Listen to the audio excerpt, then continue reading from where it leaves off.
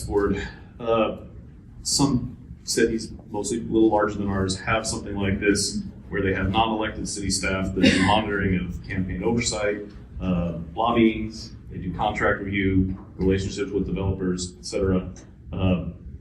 I've had feedback from city staff, thank you, that this might be too broad of an ask, and to try to maybe define things better. And I think, my biggest, or two of my bigger concerns in the last 6 months tend to be around maybe not having a code of ethics in place, or needing to better define code of ethics for sitting city council people and for commissioners.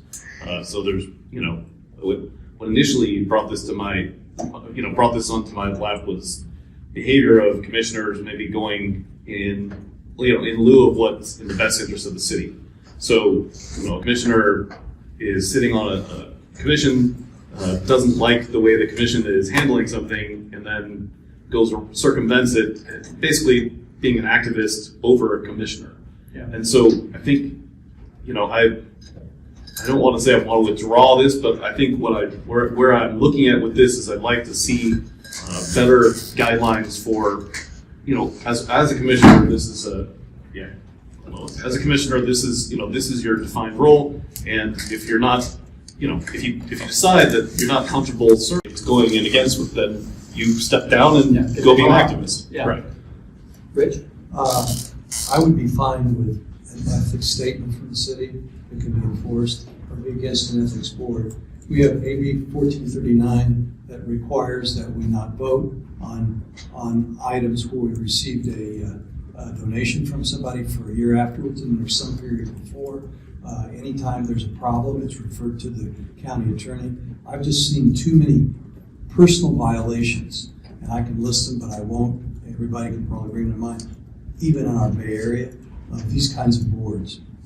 And quite frankly, I'll probably get some flack for this, and hopefully it was just the grand jury that I was on, but there were too many people in that grand jury that tried to sweat public officials and really, really wanted to go after me. And I was so happy when my term on that was over with, because I'm not that kind of person. So I just think having an ethics board the size of our city. So quite frankly, I'll just stay here, and I've stated at the city council meeting, I was in negotiations with Windy Hill to downsize their project. I was the leader of that. And the minute I was on the city council, I withdrew from that, and I announced it, I think, at the first city council meeting. So anytime I meet, lobbying, I've been lobbied by One San Mateo, by Move San Mateo. I mean, I'm constantly being lobbied. We're lobbying in the emails we get. I mean, and those emails are publicly available, people see. So I think our city covers that pretty clearly, and the state is covered. I don't think we need a board. Other comments? I agree with that. I like what you were saying about a detailed ethics statement that's enforceable. Like, this is not an outside board. It's let's get very specific about what we need.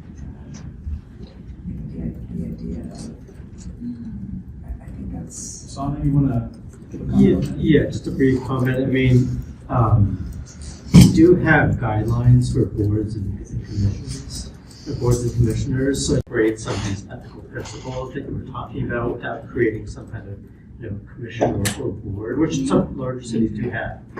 And that's kind of low-hanging fruit. I mean, there's also, in addition to that, existing enforcement authority by the Fair Political Practice Commission, the District Attorney's Office, and the Attorney General's Office for certain types of violations, like 1090 violations, which have to do with the financial interest in contracts. Then my office provides advice on conflicts of interest as well. So anyway, it's just a suggestion that is one place where the council could look to, if we wanted to, in terms of supplementing our guidelines for boards and commissioners. Perhaps Drew and Patrice have more comments. I agree that I think that's the simplest way is to expand on that. You guys have your hands already all over that. You pass that and approve it. It's, we propose words, but then you edit them, so they are clearly coming from you. All right. Well, what I'm hearing is... Yeah, I don't think that requires I was going to ask excuse me for interrupting you, Rob. Drew, I don't think that requires a priority action item for that to be something to be reviewed by them. Is that a study session? What is that? Yeah, I mean, excuse me, I think we as staff bring the guidelines back on a regular basis. I don't think this rises to the level of a council priority. I think this is, if I see three heads nodding about the general premise, this is sort of the just do it, and we'll bring it back at some point to the study session. That's good. I've been on, I was on one committee, I think not only one, where we all agreed upon something and some things were thrown out, and one of the committee members then talked against it, which I then later had coffee with and we discussed what they'd done. Yeah. So, yeah, I don't like people going outside the committee. Yeah. Minority reports are not always the best option. So, in this case, that item you have withdrawn it then, correct? Yeah. Got it. Thank you.